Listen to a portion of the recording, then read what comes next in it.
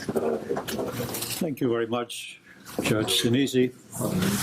We now pass on to our second presentation, Views from Europe.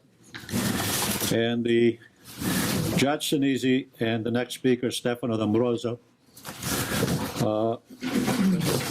I know them, or they know me, mostly because of connections with my son. Something that happens in life when you're known through your son. Both of them know me through my son. Our next speaker, who is going to speak on Justice Scalia's legacy from an Italian perspective, is also a native of Bari, or Bari. And he is presently a Questore of the Chamber of Deputies. That is, I guess the equivalent we have here is Sergeant at Arms in the Italian Chamber of Deputies. We're not going to ask him what happened in the case of was it a Cinque Stelle who claimed to have been punched? But anyway, I guess that's part of the problem that you have having that job as Questore. He has been for a long time a member of the judiciary, and he has served in very, what I would call, hot spots in Italy, Agrigento and Palermo, and of course, a breeder in Milan. He is well acquainted with the American system. He has visited the United States often, and his previous appearance here on this campus was when we honored Judge Falcone. And he certainly has had much experience in prosecuting and learning about not only that aspect of Italian criminality, but also the more current aspect of Italian public life, which is the jihadist and extremist threat. He has served in Vienna in the United Nations International Atomic Energy Organization. And finally, in 2013, he became a deputy, a member of the Italian Parliament. And as we said, he is serving as member of Parliament currently, and he has introduced or signed off to many pieces of legislation combating not only the mafia, but also extremism in Italy and throughout the world.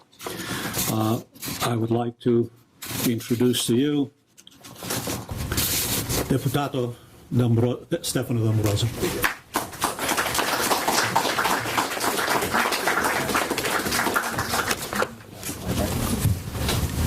Good afternoon. Good afternoon.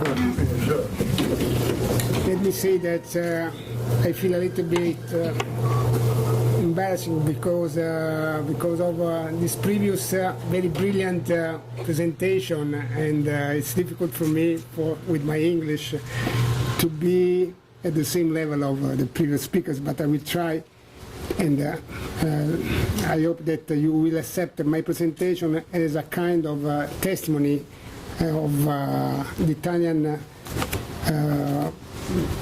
Italian consideration which we gave to the work of Mr. Anthony Scalia. I had a very rare and was really a privilege for me to share with him one night in the house of American ambassador in Rome on 2013, and we share some consideration on the level of terrorism in Europe, just some months before the tremendous facts which happened in Paris.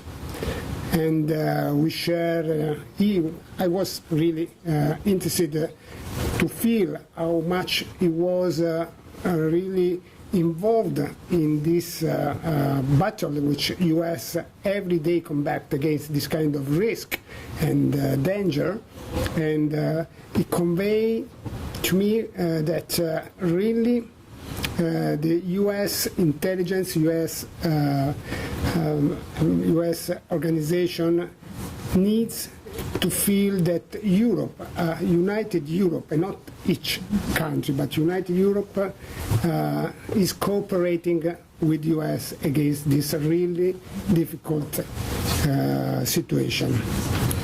And let me thanks to all my friends which think to me for another invitation. I had the privilege to be here 4 years ago with Mr. Grasso for commemorating another very big international judge, Giovanni Falcone, and I have the opportunity to keep a relation and contact with this fantastic organizer, which is Mario Mignone, and I hosted a very smart and brilliant group of young students this year.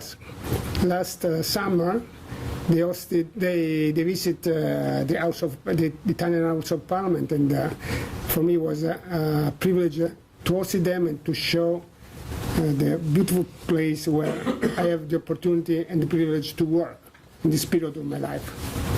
But coming back to Mr. Anthony Scalia, the death of a constitutional judge, in this case a justice of the U.S. Supreme Court, where appointments are for life, is an event of considerable import, given that the court has a powerful role in the public life of the USA. In my capacity as a member of the judiciary on loan to the world of politics, I am most honored to be able to speak today in memory of Justice Anthony Scalia, who was among the most prominent recent judges of the U.S. Supreme Court. As you will be aware, Justice Scalia was the first Italian American to sit on the bench to the Supreme Court of the United States. And from the moment he took office, Scalia followed an entirely consistent conservative line and, often through his famous written dissenting opinions, argued against any evolutionary interpretation of the Constitution, preferring an originalist doctrine that he himself developed based on the original textual meaning of the constitutional provisions.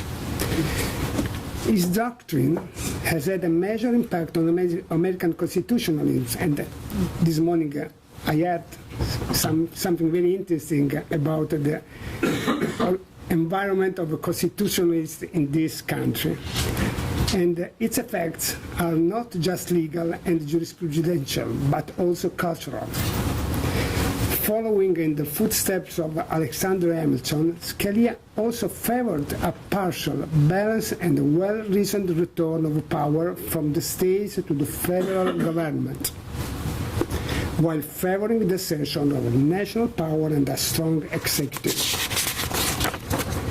His interpretative approach offered little latitude to progressive notions concerning abortion, gay rights, the bearing of arms, and the death penalty, all sensitive issues about which we can hardly assume that the American public's feelings have remained unchanged over the century since 1787, when the Constitution was penned. In the area of civil rights, meanwhile, Italy has recently approved a parliamentary act that permits civil unions between same-sex couples and regulates de facto relationships. The new legislation is far-reaching in its implication, also because it brings Italian law on this matter back into line with that of the other European countries. The one act regulates two completely different types of cases: homosexual partnerships and heterosexual partnerships. With respect to homosexual partnerships, the Act introduces civil unions, which it partially assimilates to marriage by setting out a series of rights and duties, including the right to a survivor's pension. That means the transfer of pension payments to the surviving spouse, but not the right to adopt children. A civil union is authorized by a registrar in the presence of two witnesses, and it carries a mutual obligation to cohabitation and to moral and material assistance. For heterosexual couples, the Act refers to the cohabitation of two adults united by stable ties of affection who provide one another with the mutual moral and material assistance. It does not grant such couples the same rights of inheritance of a survivor's pension that they would enjoy in a marriage. The couple, however, may sign an agreement regulating property relationships, which may include a community of property. After years of debate, the legislation was able to pass largely thanks to the approach adopted by EU legislation and case law and by the ruling of the Italian Constitutional Court. As far as the purchase and possession of weapons, which is another topic very sensitive for US and for European also, the legislation in Italy is highly restrictive. As a result of a phenomenon such as subversive terrorism and organized crime, the law on possession and circulation of weapons have been tightened over the years. The right to bear arms is therefore restricted to the law enforcement and some very restricted persons who fulfill certain legal requirements and arrangements that best guarantees the safety of the citizens. The law also provides for periodic checks of registered gun owners. Scalia was convinced that the US Constitution had a static meaning that does not change from generation to generation, but is to be preserved and presented to the public at large through an attentive and accurate reading of the text, informed by an awareness of its historical circumstances. He was, in short, a staunch conservative who felt it necessary to support and promote, sometimes in a highly combative style, an interpretation of the Constitution whereby the great divide separating originalists and the proponents of the current meaning was to be radically resolved in favor of an approach that respects the original intention of the founding fathers. The reform would eliminate the anachronistic equal division of powers between the houses of, thus eliminating the ping-pong effect of bills continuously passing back and forth and return. I'm passing to speak about a very important reform which are trying to introduce in Italy. Italy today seems to be divided between those who are in favor of an amending constitution through a reform bill that has already been approved by Parliament and awaits popular sanction in the constitutional referendum of the next October, and those who oppose the reform. The proposed amendment will put an end to the perfected bicameralism of the Italian political system in the name of governability and would usher in a properly measured democracy. The current model, which gives the two houses of parliament exactly equal legislative powers, was introduced immediately after the end of the fascist regime and at that time of the Cold War. It was justified by majority parties on the grounds that Italy needed to counter the communist threat that might have drawn the country into the Soviet sphere. This reform would eliminate this anachronistic equal division of powers, and the Chamber of Deputies and the Senate, which has been the cause of many delays and duplication in the past, should be eliminated. The complete parity of the two powers of the two houses, coupled with other political reasons, has been acting as a brake on their legislative productivity. Under the proposed reform, political action would be able to proceed with the necessary speed required by the demands of the economy. Supporters of the proposed reform claim that one of its benefits would be to reduce or contain the cost of political machinery of the state, since it proposes to reduce the number of deputies to 500 and the number of senators to 100. Right now we have 630 deputy and 330 senators. We have 1,000 parliamentarians, which are a little bit too much.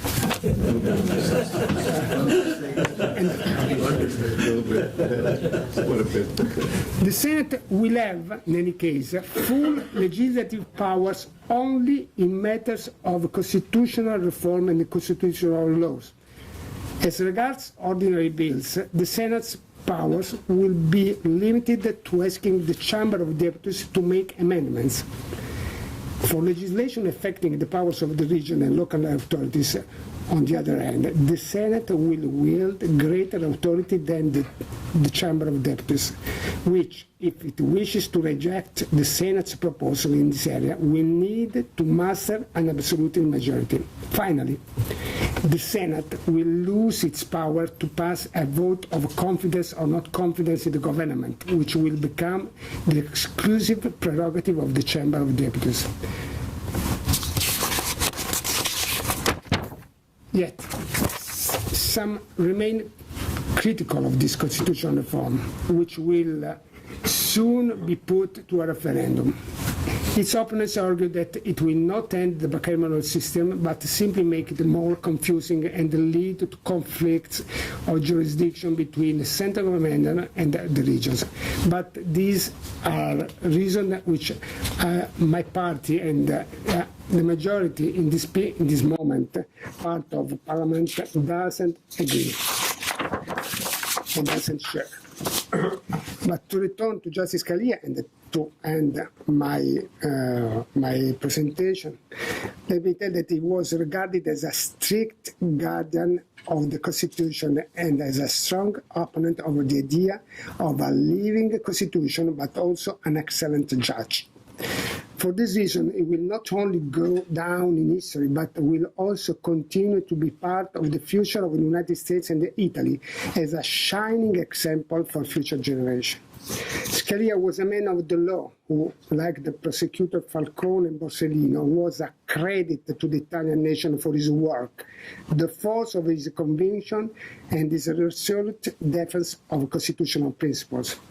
For Scalia, it was up to the times to adjust themselves to the Constitution, rather than up to the Constitution to adjust itself to the times. Let me tell again, thank you very much for this invitation. For me, it's an honor to be here among very high level of colleagues which works in this jurisdictional activity in the US, and thank you for the invitation. Thank you very much.